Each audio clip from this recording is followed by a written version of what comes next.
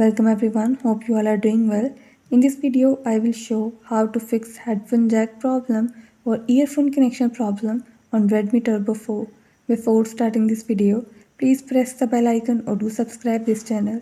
Let's start our video without wasting any time.